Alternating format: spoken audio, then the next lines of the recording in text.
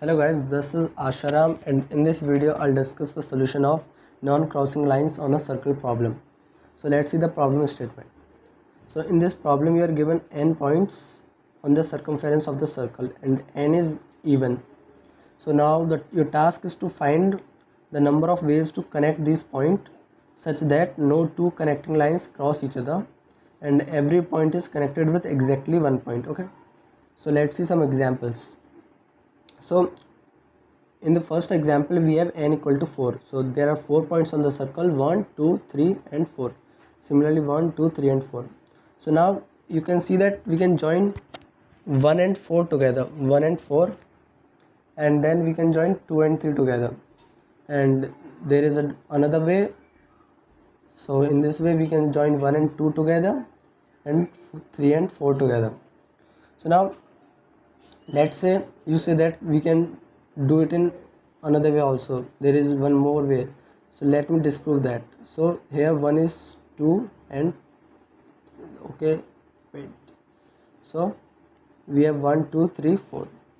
So in these two examples we have connected 1 with 2, then our only choice was left was 3 with 4, and in this example we have connected 1 with 4 and then our only choice was 2 with 3. So now our third choice can be 1 with 3. So now there will be only one more choice, that is 2 with 4, but these lines are intersecting, so this is not allowed, therefore we'll not include it. Okay, and now in one more example, so suppose that you say that I joined 1 with 2, 1 with 4, 3 with 2 and 3 with 4, but you can see that there are multiple lines from a single point, so which is also not allowed. So yeah, we'll cross this also. So you can see that for n equal to 2 we have two different ways, and for n equal to 6 we have 5 different ways, and when n is odd the whole thing is invalid because we cannot join all n points. When n is odd there will always be one point left. So now let's try to construct an efficient algorithm for this problem. So I'll add a page, and then suppose that you are given a circle like this. So now you can have multiple points here, so the number of points will always be even. So I have 4 points, so let me draw 4 more points. So now what you can do is, so now let's say we try to join 2 points together. So let's say I join these 2 points together.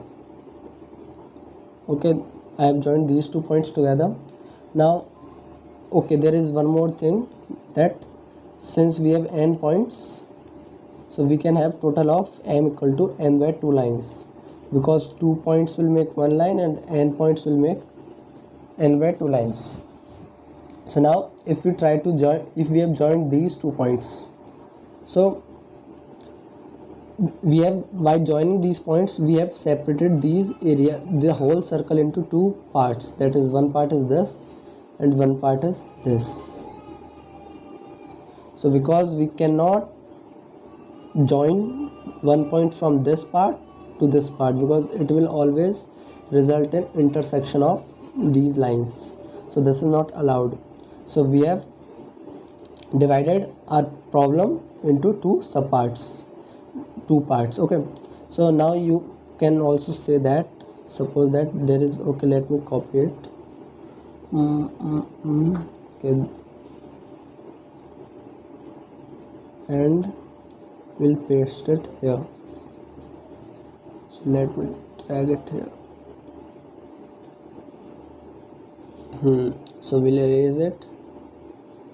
Okay, there is, and we'll again erase this line. Okay, so now let's say you say that we join these 2 points together. We join these 2 points together. So now again these both areas are separated. and this area is again separated. But since we cannot join this point with any of these points, so this is isolated, that is we cannot join with this point with any other points, so this partition is invalid. So this is invalid. Okay, this is invalid. So now what we are doing is, so you can see that we had m lines. Now we have constructed, so we have total of m lines. We have constructed one line here, and now let's say we can make, so since these points are even, because we are excluding this case, that is the invalid case.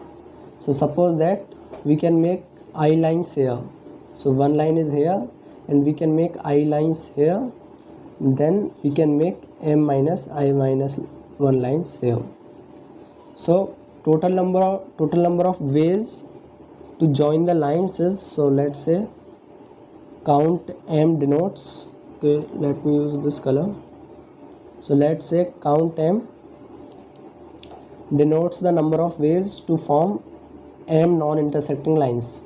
So since initially we had count total of m points, and now we have divided it into m minus I minus 1 and I.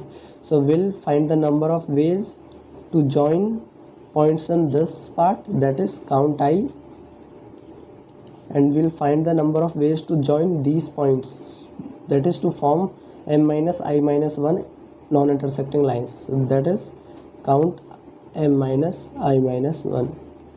So total number of ways will be count I into count m minus I minus 1. This result is from multiplication rule of combinatorics, which is, suppose that you have two things, let's say you have two apples, so 2a1 and a2, and 3 bananas b1 b2 b3. So number of ways to choose one apple and one banana is 2 into 3 equal to 6. You can verify it by making pairs, that is a1 b1 a2 b2. Okay, you can do it like this, a1 b1, and then you can have this partition. So this result comes from multiplication rule. Okay, so now you can see that we can vary the value of I. So we can have points like this, that is we can have points like this. So that is, in one part there are 0 lines, and in other part there are m minus 0 minus 1 line.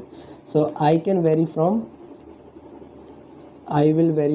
0, I is greater than equal to 0, and less than m, because if you try to do less than equal to m, so if you less than equal to m, then this will become invalid. Okay, so I can vary from 0 to m. Okay, so now we have to sum over all I, that is, suppose you take I equal to 1, I equal to 0, then you will get value of count m, and when you take I equal to 1, you will get another value of count m.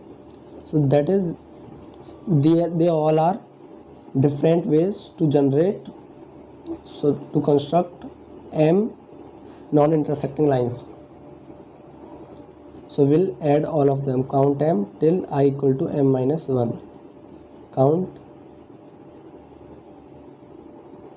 m minus 1 m. Okay, so yeah, so our final algorithm you can say is count m.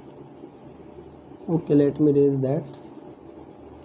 So you can see that we have count m equal to sum of